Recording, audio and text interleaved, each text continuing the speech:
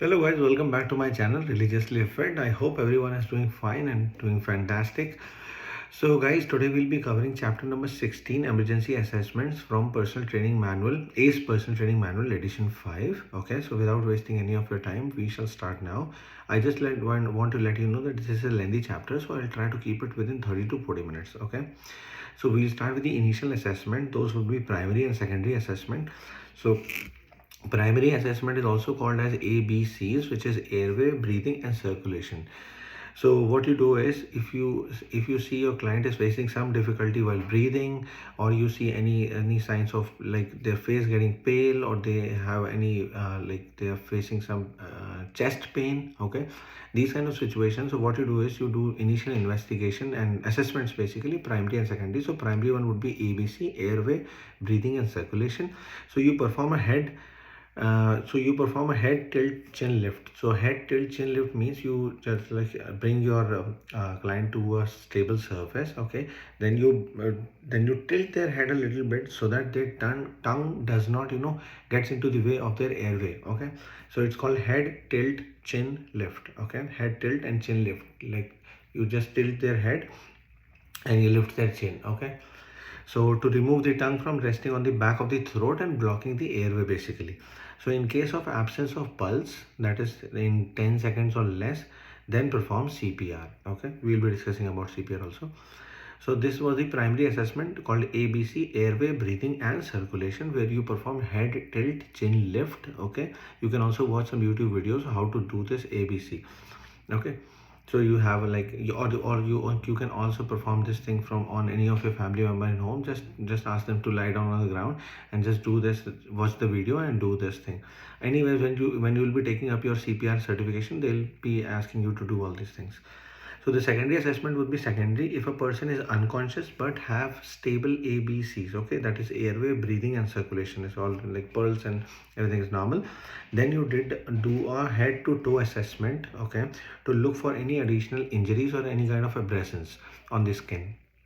So if you see any injuries, like you will be able to decide better on what their problem might be. If you see and if their ABCs are perfectly good, and based on the head to toe assessment, you see they have some skin, like you see any injuries, marks of injuries on their skin. Okay, so if a person is conscious, then ask for their medical history, like known allergies, any signs and symptoms. If they talk, then try to keep the conversation going, and then going reassured, then monitor them. Then basically, if your client is conscious, if they are able to talk and also, just ask them a couple of questions regarding the allergies or any signs or symptoms they have faced earlier or anything like that, and then monitor them for a couple of more minutes or some time.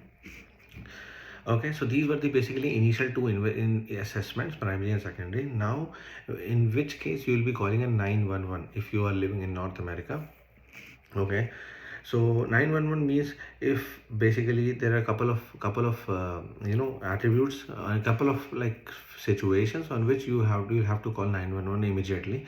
Like if your client is facing some kind of chest pain, discomfort, or if you see any signs of stroke. Okay, if they have seizure, okay, or shock or any problem while breathing. Okay, they doesn't respond to voice or touch. Okay, suddenly they cannot move a body part, or if a client is seriously ill and the personal trainer is unsure of what to do. So these are the conditions in which you have to call 911 directly right away if you are living in North America. Okay, so okay, so in between calling 911, so what you can do is you can call 911, then you can call for an AED. Okay, that is automated external defibrillator. We will be discussing about that as well in the chapter. So in the meantime, when the 911 is coming, okay, you can check for the ABCs as we discussed just now. You can open the airway, then check the breathing. If the client's chest is rising up and down, okay, then you can give okay, I think give compressions, push hard and fast, follow AD prompts. Okay, I think I just skipped some content. Okay, anyways, we will be discussing in just a couple of minutes. Okay, so you can call via landline instead of cell phones if there's a choice, because if it takes EMS, like the emergency management system, takes average of 7 to 10 minutes to arrive. So, and basically brain death can occur into 4 to 6 minutes. Hence CPR is very useful. Okay, that's the reason every PT, every personal trainer has to have a current CPR. certification. Okay, now we'll be talking about the 4 steps in the chain of survival. So if your client is getting early access, like early recognition of emergency and immediate activation of EMS, that is 911, in that case the chances of survival goes up. If they get early CPR to help the body maintain the perfusion, that is the blood flow and O2 delivery to tissues. So if they receive the CPR, okay, so then also their chances of survival goes up. Then comes early defibrillation, okay, which we'll be talking shortly, and if they get early advanced care. So these are the 4 things which if they get, so their chances of survival goes high. Okay, now coming to the, before coming to the next topic, I would like to mention here the chances of survival declines by 10% every minute without CPR. Okay, I'm reading all this from my own handmade notes. If in case you need these, then just reach out to me on Instagram or in the comment section of YouTube. I'll be happy to share with you. So chances of survival declines by 10% every minute without CPR.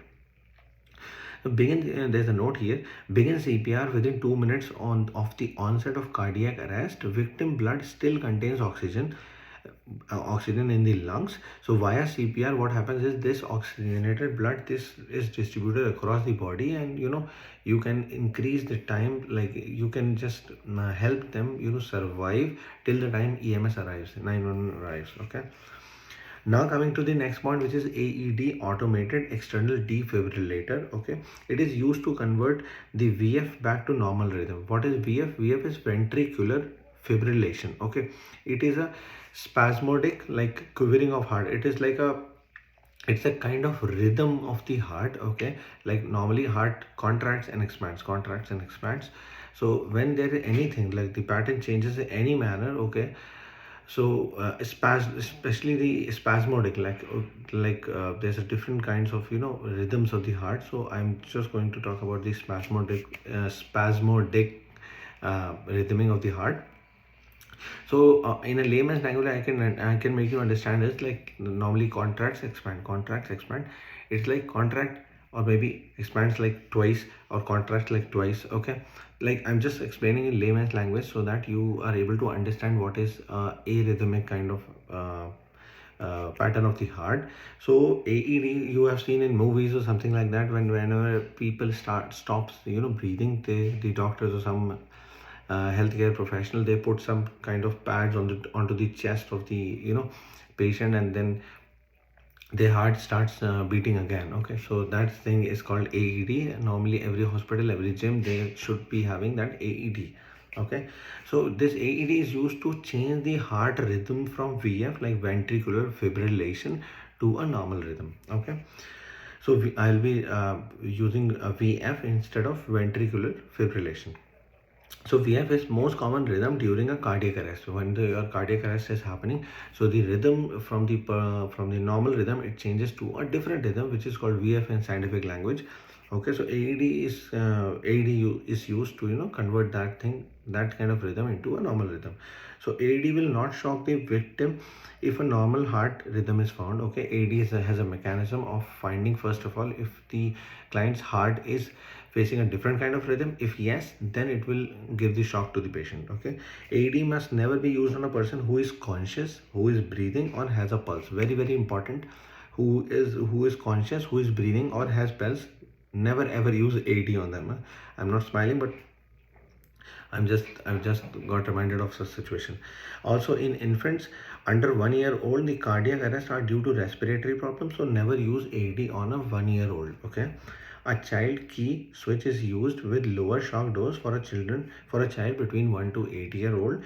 Also use child pads. So if you are going to give AED to a child like 1 to 8 years, normally we don't are not going to get a client like from 1 to 8 year, but you should know this fact that use child pads. Okay, and use the child key switch, which will lower the shock dose. Okay, if not available, then use adult pad and give the adult shock dose. Okay, if that child key switch is not available, always use adult pad and adult shock dose for a child which is 8 years and older. Okay, so now coming to our next topic, which is called dyspnea, okay, which is basically difficult breathing, difficult or labored breathing. Okay, so the cause, like in this chapter we'll be talking about different kinds of situation that might you see in a gym, like people are, people are facing like this dyspnea, asthma, stroke, okay, any heart related stroke, diabetes, because of diabetes, or they get any brain stroke, heat stroke. Okay, so we'll be talking about all these topics in this chapter. So dyspnea is basically difficult or labored breathing. Causes could be emotional stress, asthma, or airway obstruction, like their airway, something gets choked into their throat. If no chest movement, okay, airway movement around their mouth and nose, like you can put the finger here and check if they have any air movement from mouth or nose or here, okay, then PT should give breaths. Okay, if no pulse, then begin CPR. So if you see their client is not breathing at all, no air movement, then you should give them breaths. Okay, that's mouth to mouth. If they have no pulse, then start giving CPR. Okay, CPR. Okay, perfect. Now coming to the next topic, asthma. Asthma is basically chronic inflammation of the airway of the lungs. Okay, if a client has asthma, basically worsening during exercise, like they are not able to, if they are doing some heavy lifting or something like that, and they are not able to breathe properly, so trainer should reduce the exercise intensity first of all, and allow the client to take their medication, their rescue medicine. Normally they have a pump. Okay, so asthma could be like coughing, wheezing, chest tightness, or shortness of breath. These are four like different kind of symptoms if your client is facing a asthma attack. Okay, now comes, it's a different kind of asthma, like the types of asthma, which is exercise induced asthma, which is also called EIA, or exercise induced bronchospasm, EIB. So it develops during the exercise at 80% of more of one repetition max. It occurs due to loss of heat, basically water or both. So breath through nose and scarf to warm and humidity air. Okay. So if your client is having EIA, like exercise induced asthma or exercise induced bronchospasm, okay. So what might happen is if they are working out at 80% of one rep max, so they might this situation might trigger. Okay, so and because of loss of heat and water or both, so through the nose and scarf to warm and humidify it. So they should be wearing like kind of they should breathe through a scarf, a wet scarf, so that they have a warm air as well as humid air. Okay, and they should stop exercising right away, and they should not be blocking their nose with that wet scarf. Okay. Okay, now coming, so prolonged warm up and cool down. Here, client do short bouts of exercise followed by rest instead of continuous. Okay, so as I said before, they should stop exercising right away, and then after that, like for people who are facing this asthma, so they should do prolonged warm up and prolonged cool down. Okay, and do short intervals of exercise followed by rest rather than doing continuous exercise. Okay. Okay, now coming to the next topic, which is arteriosclerosis. Okay, I always find difficulty while pronouncing this word. So this is basically when your arteries get narrowed down, okay, because of the formation of plaque or plaque, whatever pronunciation you use. Basically, when your arteries get clogged with the cholesterol, fat, and also calcium, which gets stick to the internal side of the wall. So what happens is, because the risk factor involved here is smoking, high blood pressure, cholesterol, diabetes, physical activity, less physical activity, and overweight.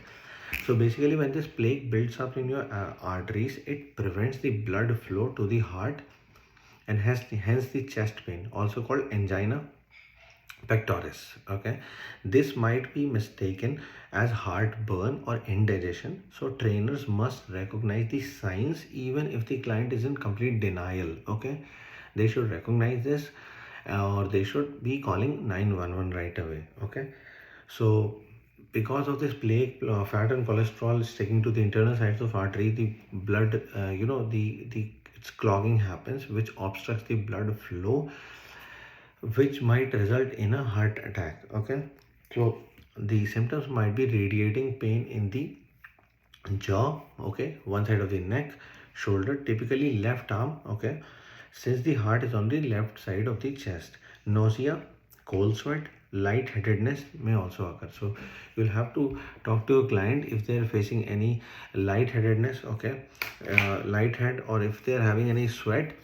So you'll have to ask them for these symptoms. For women, it will be probably it will be nausea, shortness of breath, back and jaw pain, okay. So in women they might face back pain as well. Okay, now comes the next thing, which is called fainting, which is also called syncope.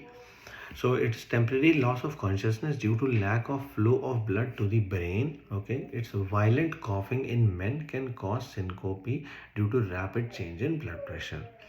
Nausea, again, nausea, lightheadedness, sweaty palms. Okay, visual gray out are the signs before fainting. So before your client goes fainting, I'm not saying that your client will go faint, but before, in a situation where you are seeing this situation, before they go fainting, they might have gray outs, okay, that bloody thing happens, visual gray outs, nausea, lightheadedness. So have the client sit down or lie down, avoid fainting, drink plenty of fluids to maintain the blood volume. So this is called fainting, syncope, temporary loss of consciousness due to lack of blood to the brain. So what you have to do is you have to make them drink some fluids and have them sit down or lie down for some time. In men, it can be cause syncope, violent coughing, like they are coughing again and again continuously, which can change, like increase the blood pressure. Okay, now comes the next thing, which is called stroke, occurs in the brain. Okay, so there are two kinds of stroke. One is ischemic stroke and the other is hemorrhagic stroke.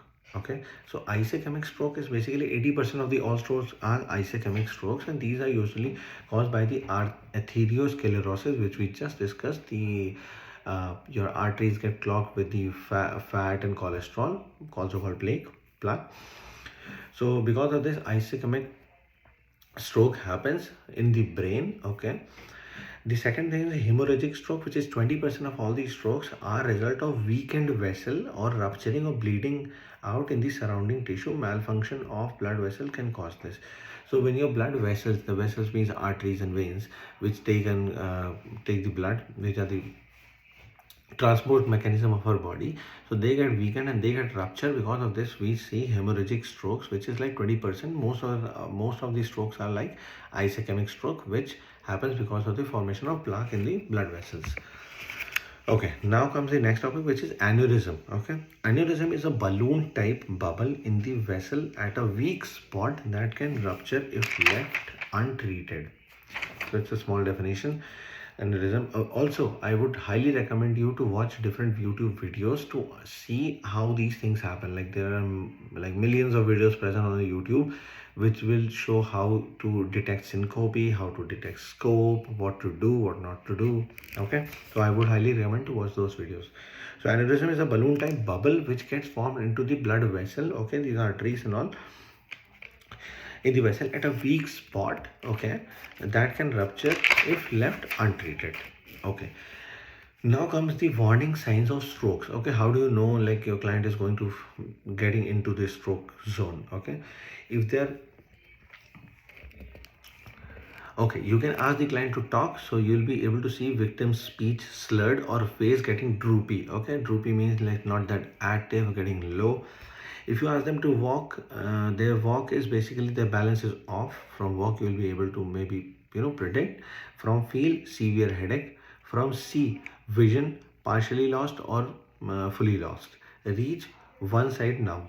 So these are the like steps on how you can identify if your client is going through a stroke by talking, walking, asking them feeling, how do they feel, what do they see, and reach. So victims face might be droopy, their balances might be off, they're having severe headache, their vision is partially or completely lost, and their one side feels weak or numb. Okay, I'll drink some water here. So okay, so note, if the left hemisphere is affected, the facial droop on the left hand side and the weakness paralysis on the right hand side. Okay, if the back of the brain is affected, then it can impair their vision. PT should immediately call EMS, that is 911 in North America. Make sure to note that the time when symptom begin. Okay, make sure that to note the time when the symptom begins, because when the EMS arrive, they'll be asking you a couple of questions, so they'll be able to understand what's going on because they have all the metrics with them. So you should be knowing at what time your client started facing these problems. Okay, so it will help the EMS to diagnose and troubleshoot, diagnose and help the client feel better and do the treatment accordingly. Okay, so okay, so now comes the next kind of problem, which is transient ischemic attack, which is also called TIA. So it mimics the symptoms of a stroke, but causes only temporary disability. Symptoms usually last less than 1 hour and are relieved in 10 to 15 minutes. Okay, sorry, should receive medical treatment to determine the cause. One third of the people who have TIA, this transient ischemic attack, will later have a stroke many times within within just next month or couple of months. So TIA is also a attack. Okay, it might result in a stroke, and again I'm treating these, mimics the symptoms of a stroke but causes temporary disability.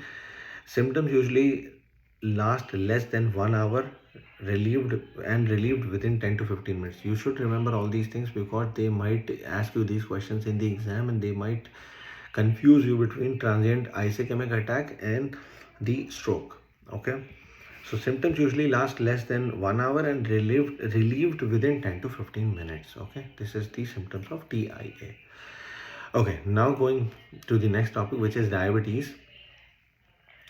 So I'll be reading my notes first of all, then I'll be explaining everything. So early signs are excessive urination, fatigue, tiredness, weight loss, and excessive thirst.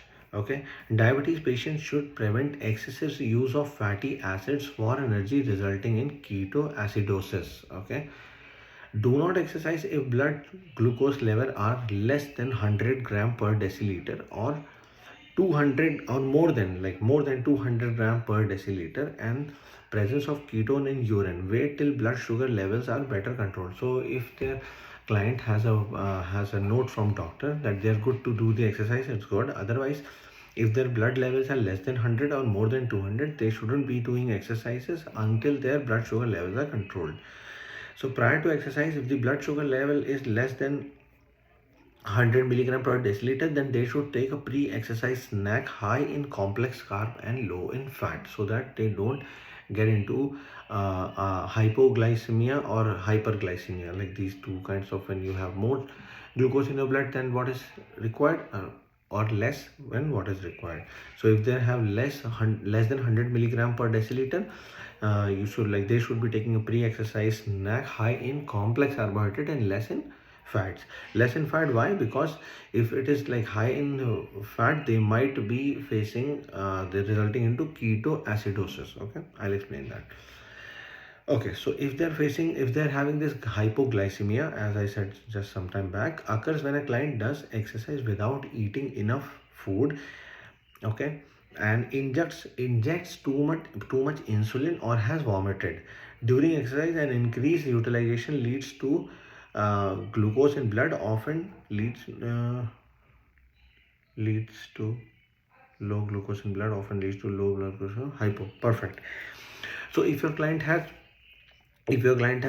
done exercise without eating much, complex carbohydrates, and they have taken a lot of, they have taken their insulin, okay, or they have vomited, so what happens is their blood sugar level, as I said before, will go down, which might result into different symptoms of hypoglycemia. Okay, at first sight of hypoglycemia, discontinue exercise, help the client sit down, make him or her consume 20 to 30 grams of carbohydrate, sugar, or honey. Even if glucose levels are high, taking extra glucose will not cause them any harm. Okay, do not give them food with little sugar like chocolate, diet soda, or any artificial sweeteners. Let me see how much the content is left. Okay, we have a lot of content. So what I'll do is I'll stop this video at 30 minutes and make another video continuing with the part 2. Okay, because there's a lot of content still left.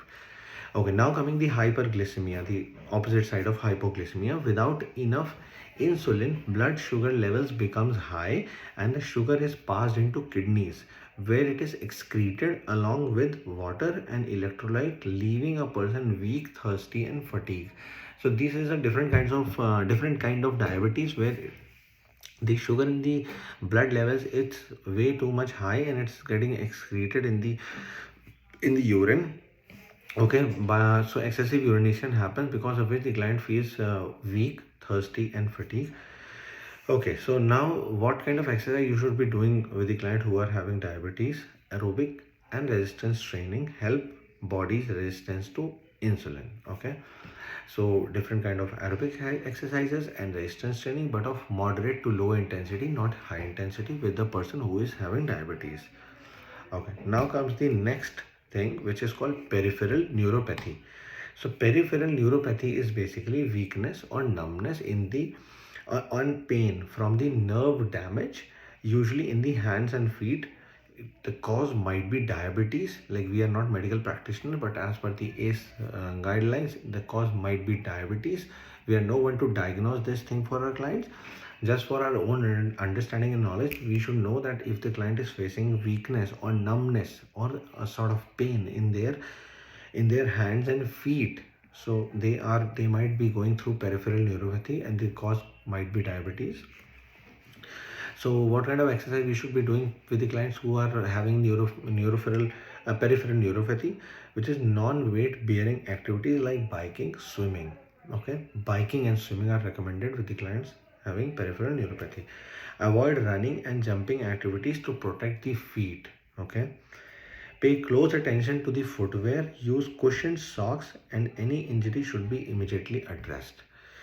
So these are the things we should keep in mind with the clients who are having peripheral neuropathy. Like, if I'll tell you, if your client is coming to you and if you ask them, like, you first of all ask them what kind of medications are they taking right now, or do they have any metabolic syndromes, or do they have anything going on, like are they going through are they recovering from any illness or something like that. And if you get to know that they have like diabetes or peripheral neuropathy or anything, so you make the exercise plan in accordance to that. Like, in our case of pure peripheral neuropathy, you will not ask them to do a lot of running and jumping exercise.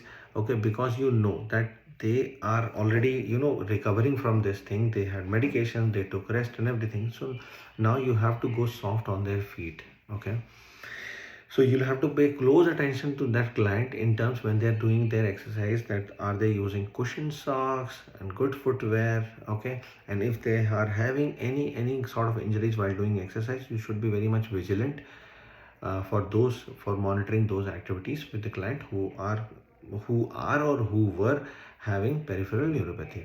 Okay, so we are close to half an hour now. So what I'll do is I'll be stopping this video here and I'll be starting again a new video with the left out 1, 2, 3, 4, 5. Okay, so I have quite a lot of material still here, so I'll be making another video. Thank you so much for watching. I hope this was helpful for your ACE preparation. Do feel free to contact me from Facebook, from YouTube comments, or from Instagram. I live there with the same name, Religiously Fit. I would be happy to share my notes with you for your preparation. You can ask me any questions related to ACE. I'll try my best to help you with all your queries. Again, thank you so much for watching this video. I'll see you in the next one. Bye bye.